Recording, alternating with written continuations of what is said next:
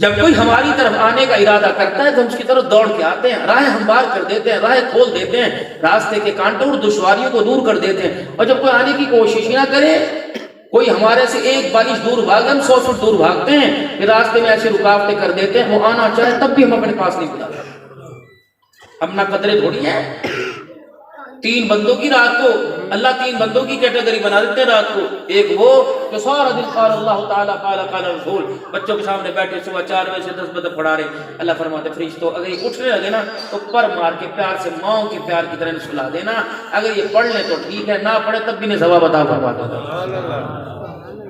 ایک وہ لوگ ہیں، ایک طبقہ وہ جو رات کو کام کاج کرتے سوئے، اللہ فرماتے نہیں سوتے اچھا نہیں لگا تھا، دعائیں کرتے ہوئے سجدوں میں پڑا مجھے آج بڑا اچھا لگا تھا، اس کو اٹھ جا، سکون میں دوں گا، سجدے تو کرنے لگا۔ کچھ لوگ ایسے ہوتے ہیں جو اللہ کے قریب نہیں آتے، اللہ ان سے دور ہو جاتا ہے، پھر وہ اٹھنے کی بھی کوشش کرتے ہیں، فرشتے پر مار کے اٹھا دیتے، سلا دیتے۔ سوچو اللہ کہہ رہے ہیں کہ تو میرے سامنے کھڑا ہو، میں اللہ کی غیرت گوارا نہیں کرتی۔ اب بتاؤ بھائی ہم تو لوگوں میں سے پہلے تو چلو راتیں چھوٹی تھی، اب تو نماز 7 سوا 7 ساڑھے 7 ہو رہی، اب تو فجر 6 بجے ہو رہی، اب تو چھوٹی کا بہانہ نہیں ہو سکتا۔ 10 گھنٹے انسان میں 4 دفعہ اٹھتا، کبھی پیشاب کرنے، کبھی پانی پینے، کبھی ٹائم ہو گیا، کبھی بتی چلی گئی، پنکھا کم کر دے، پنکھا چلا دے، آنکھ کھلتی ہے نا تو بھائی 1 منٹ کے اندر پنکھا کم کر دے، پنکھا تیز کر دے، بس جس میں 4 منٹ ہوڑ کر لے، 1.5 منٹ کے اندر وضو کر لے، 2 منٹ کے 2 نفل پڑھ لے، آدھے منٹ کی دعا کر کے سو جا۔ اللہ کی قسم یہ رات کے اندھیرے کی تہجد کی ملاقاتیں قبر کی روشنی کے جلوے تجھے دکھائیں گے۔ ہم تو سیکھنے والے لوگ ہیں۔ اللہ کے آگے اپنے بچوں کو اور خود بھی اللہ کے آگے بیٹھنا بٹھانا سکھاؤ، اور صبح اس کا احتساب اور حساب لو، کس وقت اٹھے تھے اور کس وقت سوئے تھے، آج اللہ سے کتنا مانگا، بندوں سے مانگا، پیسے سے ہونے کو مانگا، اور اولاد سے اور زراعت سے، اللہ سے بھی مانگا۔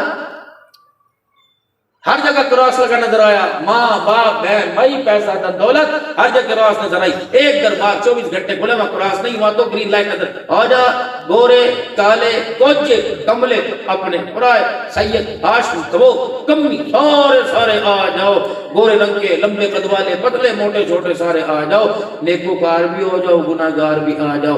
اے میرا بندہ اگر میرے پیار کی نظر تیرے پہ پڑ گئی تو پھر میں تجھے نیکوکاروں سے بھی آگے کر دوں گا۔ شیشے کے آگے کھڑے ہوتے آدھا گھنٹہ نہیں تھکتے، اللہ کے آگے بھی 2-4 منٹ کھڑے ہوں گے نا انشاءاللہ تعالیٰ کھڑے گا۔ اب آج یہاں ایک کیمپ لگا ہوا ہے، آپ کیمپ جانتے کون سا کیمپ؟ رکشوں کے پیچھے ہوگا، ڈھول کی تھاپ پہ ہوگا، مسجد میں اعلان ہوگا، اتوار کو صبح 9 بجے سے لے کے 4 بجے تک آئی کیمپ لگے گا، آنکھوں کا ٹیسٹ کرا لو، لینس ڈلوا لو، اور موتیا کا آپریشن ہوگا۔ دوڑ جاویں گے نہیں جاویں گے؟ یہ خیر خواہی تھی حکومت کو، انتظامیہ کو، یہاں کے بڑوں کو، یہاں کی ویلفیئر والوں کو کہ چلو لوگوں کو آنکھوں کا علاج ہو سکے۔ اگلے دن کیمپ کی آواز آئی، شناختی کارڈ بنانے کے لیے گاڑی دروازے پر آئے گی، فلانے کے دروازے پہ ڈیرے پہ کھڑی ہوگی، آج سہولت دی نا بھائی، گھر بیٹھے ضرورت پوری ہو رہی ہے، سہولت ہے آپ کو، عوام دے رہی، حکمران دے رہے، آپ کو علاقے کے مکی دے رہے۔ آج اس 4 دیواری میں ایک کیمپ لگا ہے، لوگوں آؤ اپنے دلوں کا علاج کروا لو، دلوں کا ٹیسٹ کروا لو۔ کتنے وال بند ہیں یہ نہیں، کام کر رہے نہیں، بڑھ گیا گھٹ گیا، پمپنگ کر رہا ہے کہ نہیں، کتنے فیصد حرکت کر نہیں، اپنے دلوں کا علاج کرواؤ۔ کچھ لوگ آئیں گے اور اللہ اکبر، ان کے چہروں سے ایمان کا نور ٹپک رہا ہوگا، ان کی نشانی یہ کہ وہ بولیں گے اللہ کی بولیں گے، وہ کہیں گے اللہ کی کہیں گے، وہ سنیں گے اللہ کی سنیں گے، ان کے حال قال قیل گفتار صورت سیرت میں اللہ ہی نظر آئے گا۔ لوگوں ان سے اپنے دلوں کا ٹیسٹ کراؤ، وہ بتائیں گے کتنی محبت میں کمی ہے، پھر وہ تمہیں نسخے بتائیں گے، انشاءاللہ ان نسخوں پر عمل کرنا، اللہ کی محبت کا معیار پورا مرنے سے پہلے ہو جائے گا۔ پھر سارے علماء کرام مغرب سے تشریف لائے، 4 گھنٹے آپ کا علاج کرتے رہے۔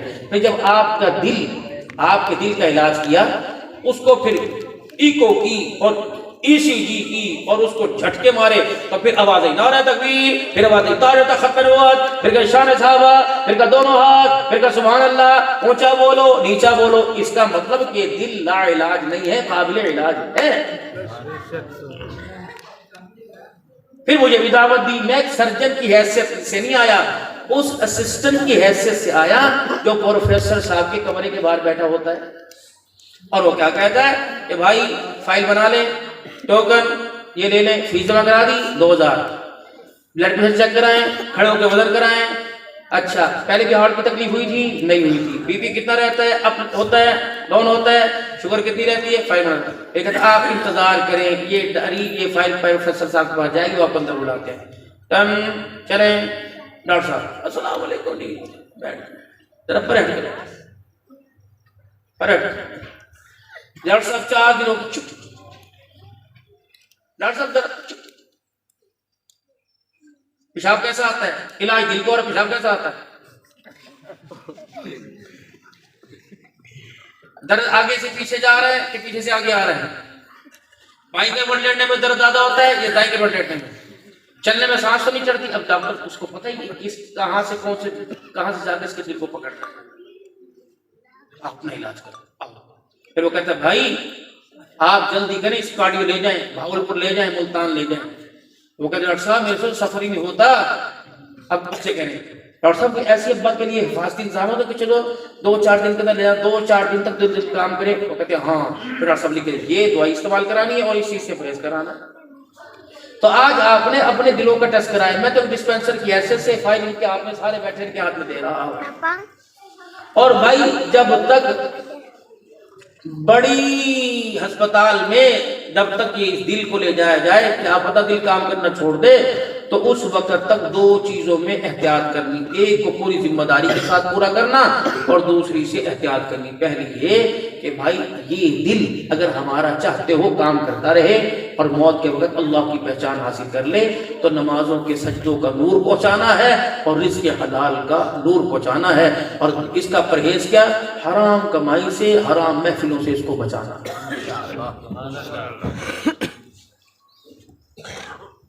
اب کہ یار دل کا تعلق، دل کے نور کا تعلق رزق سے کیسے؟